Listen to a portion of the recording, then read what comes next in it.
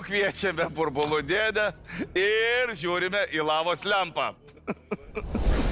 Jie įvairiai čia šaudė, bet vėliau ėmė ir nusprendė, tiesą sakant, čia buvo Justino. Ir Justinas netgi sakė, tebūnie tai bus ant manęs, toks labai gražus įsireiškimas, taip savikritiškai, kad magmos temperatūra yra žemesnė bent 500 laipsnių už lavą.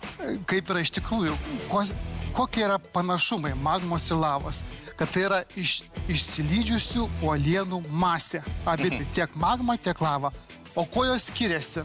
To, kad magma yra požemė ir jos nematai ir ten yra labai daug dujų ištripusių. O kai išsiveržia į paviršių, tai jau tas, kas išsiveržia, tai jau yra lava. Ir kadangi išsiveržia į viršų, tai tų burbuliukų sumažėja ir dėl to yra neteisingas atsakymas. Neteisingas atsakymas. A variantas. Aš sakiau, kad kažką su dujomis. Atsiprašau. Kol jie dabar vienas kitą muš, parodykim. Taip, o šiandieną nagrinėjom tokį labai įdomų eksperimentą, vadinamą lavos lampą. Taip. Lavos lampa taip atrodo, komercinė lavos lampa, kur galima nusipirkti parduotuvėse, o namuose yra netaip lengva atkartoti vien dėl to, kad reikia indo, kuris atsparus būtų karščiui. Aha. Tai va, čia atrodo, kad paprasta, kad vaškas ir vanduo, o iš tikrųjų ten daug yra ir kitų chemijų, kad taip būtų toks efektas. Supratau. Bet vaikam galim parodyti paprastesnį eksperimentą, priminantį šitą efektą. Tai tam mums reikėtų tiesiog į vazą įdėti šiek tiek sodos, Taip. geriamosios, ir supilti... O kokia dar būna soda? Kramtomoji ir kas? Yra skelbiamoji soda, tai yra natrio karbonatas. Yra geriamoji soda, tai yra natrio hidrokarbonatas. O čia? Yra kaustikinė soda, tai yra natrio šarmas. Bereikalo paklausiau, atsiprašau. Tai va, dabar ant sodos mes supilam pigiausią aliejų. Bet būtinai pigiausia. Pigiausia. Mėly vaikai, jeigu galvosite namie, jeigu brangus, neveiks. Jeigu tai yra tas ultra virgin, ne. Taip, dabar reikėtų acto.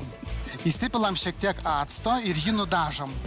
Actą reikia nudažyti. Jo, reikia nudažyti, kad būtų kontrastas Tai didesnis. jūs norite į aliejų supilt rūgštį, taip? Nu, va, šiek tiek padažysim kokią nors gražią spalvą, ane? Ir dabar ta šviestuvėlė imitacija tokia bus, va šitai va padarom, va. Ir tiesiog supilam ant viršaus tą actą. Ir kaip žinia, actas reaguoja su soda. Nu, pala, dar nesureagavo. Tuoj pradės reaguoti actas su soda.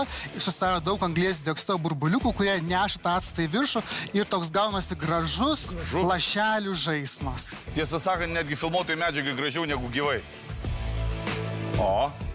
Nu va, po truputį kyla ir va, toksai lavos efektas. Wow. Bravo, bravo.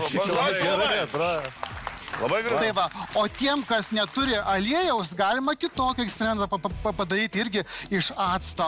Tai va, tiesiog supilsime actą į stiklinaitės. Pats pigiausia. Supilame acto į stiklinaitės. Aišku, reikės šiek tiek ir dažų mums maistinių įdėti, kad gražiau būtų. Ir tada tokia padarysim spalvotą lavą. Nu va, dabar įpilsime dažų šiek tiek. Taip, vaikai, acto negeriat. Kad jis ir gražiai atrodo ir spalvotas, ne. Nu va, maistiniai dažai ir dabar įdėsime šaukštelį. O kažkokia geltona, tai gabaliukais nuėjo. Kaip gražiai viskas. Nu, tai sureagavo su acto. Taip, ir dabar dedame šaukštą sodos ir pažiūrėsime, spalvota lava veržėsi. Spalvota lava. Čia magma veržėsi, ne iš lavos. Ne, magma ta, kuri po žemė, o lava, kuri išsiveržė. Wow. Na, bravo!